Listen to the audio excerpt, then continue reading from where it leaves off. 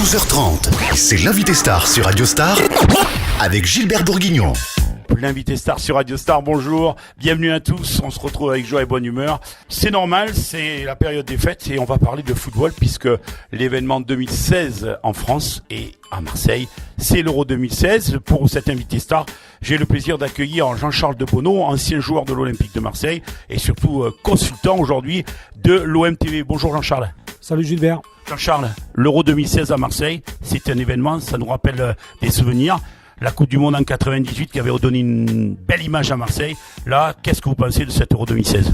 C'est déjà bon signe puisqu'en 98, on a été champion du monde avec l'équipe de France. Ça se passait en France. En 84, l'Euro était en France. On a été champion d'Europe.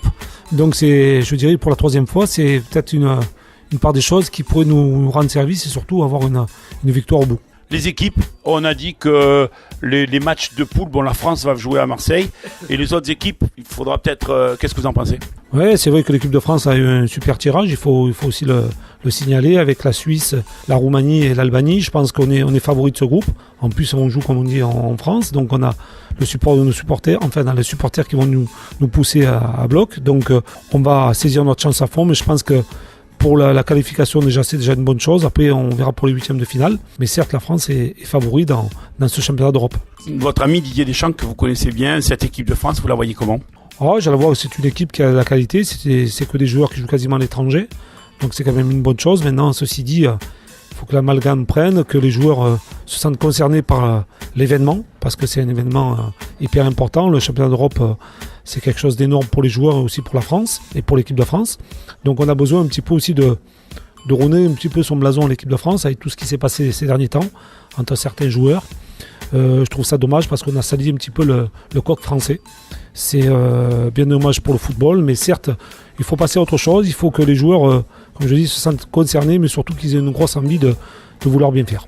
Sans rentrer, on va pas parler de l'affaire Valbuena-Benzema parce qu'on en a quand même un peu trop fait dans cette affaire, tout comme l'affaire Blatter-Platini qui est une autre affaire qui est...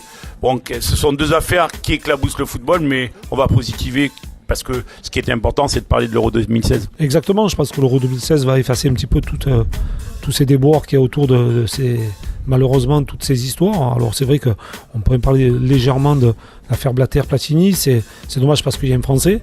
On a un des meilleurs joueurs au monde, un ancien des meilleurs joueurs au monde, qui était Platini, qui est aujourd'hui, suspendu de toute fonction.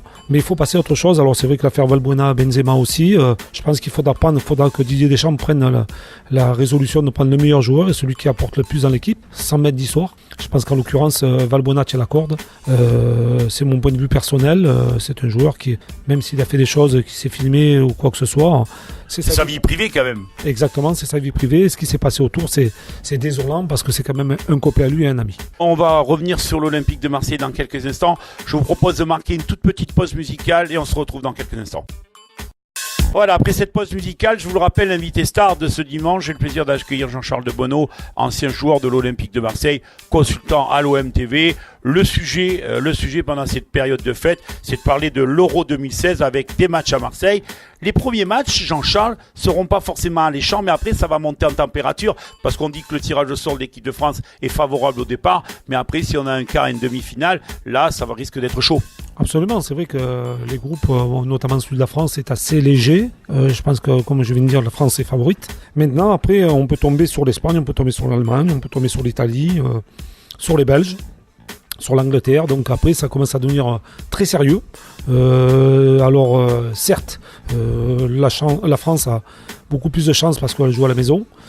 Mais il va falloir être à 100% dans ces genres de rencontres parce que le championnat d'Europe démarrera véritablement à partir des huitièmes de finale. Jean-Charles, quelles sont les équipes qui pour vous, en dehors des équipes phares comme l'Allemagne, comme l'Espagne, quelles sont les équipes pour vous qui se sont révélées dans ces derniers mois ? Moi j'aime beaucoup la Belgique. C'est vrai qu'il y a des joueurs talentueux. L'Italie, alors certes, c'est une nation qui chaque fois finit dans le dernier carré, mais qui ne montre pas du très beau football. Mais il faudra compter avec elle. Alors je ne parle pas de l'Espagne, bien sûr. On peut penser au Portugal aussi. Les Portugais, avec Ronaldo, ils ont quand même une équipe assez importante et surtout des joueurs de qualité. Voilà, c'est des joueurs une nation qui peut surprendre un petit peu le championnat d'Europe. La France peut jouer une demi-finale au Stade Vélodrome ? Ah mais je l'espère. C'est le minimum. Pour moi, c'est le minimum que la France puisse aller en demi-finale dans le dernier carré, notamment au Vélodrome, parce que déjà on joue sur son terrain, on joue dans son pays, on a le support des supporters, on a tout ce qui suit avec. Maintenant, après, il y a des nations qui sont très fortes aussi. Mais je pense que la France a au moins le minimum à faire, c'est d'être dans le dernier carré. Revenons, puisque vous êtes consultant à l'OM TV, la saison de l'OM, c'est un peu en dents de scie, mais comment vous voyez un peu cette équipe de l'OM? Parce qu'on va parler des joueurs qui seront, parce que l'Euro 2016 aura lieu après la fin du championnat. Est-ce que vous pensez, donc, on fait une première analyse sur l'OM actuel, et ensuite on enchaîne sur des joueurs qui peuvent être sélectionnables. Il y en a pour certains, on le sait, ils sont déjà en équipe de France, mais est-ce que vous pensez qu'il y a, voilà. Oui, c'est vrai que l'Olympique de Marseille, déjà, je dirais que la première partie du championnat est mitigée. C'est vrai qu'on est en 9e au classement, on s'attendait à mieux. Avec certains joueurs, certains prêts, on pensait que, lorsqu'il y a un petit peu de tout chamboulé, c'est le père de Bielsa. C'est vrai qu'après la première journée, il donne sa démission. Il a fallu récupérer un entraîneur qui était Michel. Alors, Franck Passy a fait l'intérim pendant un match. Michel qui arrive juste pour la 3e rencontre et qui essaie de mettre un petit peu en place ses idées.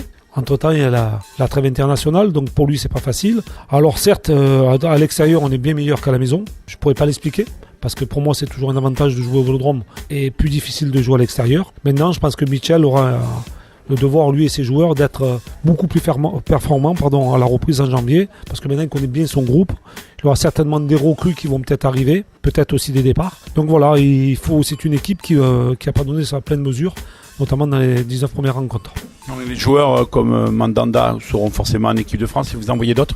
Oui, c'est Mandanda, bien sûr, Lassana Diarra, qui est pour moi le joueur le plus important de l'Olympique de Marseille et aussi une pièce maîtresse de l'équipe de France. Après, on peut avoir aussi peut-être l'idée d'avoir peut-être le retour de Mendy comme arrière latéral, qui peut faire partie du groupe France. Après, ça me semble un peu plus difficile pour Cabella, qui est un joueur talentueux, mais qui aujourd'hui, à son poste, il y a beaucoup de joueurs qui sont très bons. Donc pour lui, c'est un peu plus difficile. Donc voilà, mais pour moi, il y a 4 joueurs qui peuvent être susceptibles d'y partir. Allez, pour conclure, en dehors de la France, pour conclure sur cet Euro 2016, vous voyez qui en finale face à la France? C'est difficile à répondre, Gilbert, à cette question. C'est vrai que, en mettant la France déjà, on peut mettre... je mettrai une petite piécette sur la Belgique. Alors, c'est vrai que ces dernières semaines, ces dernières années, ces derniers mois, la Belgique a été très performante. Il reste l'Espagne, que l'on connaît, qui sont des joueurs talentueux, qui sont capables de rivaliser avec tout le monde, de surprendre tout le monde. Et bien sûr l'Allemagne. Voilà, donc ça fait quand même 3 prétendants. Pour moi, France et les 3 autres que je viens de vous citer. Allemagne, Belgique et Espagne. Voilà.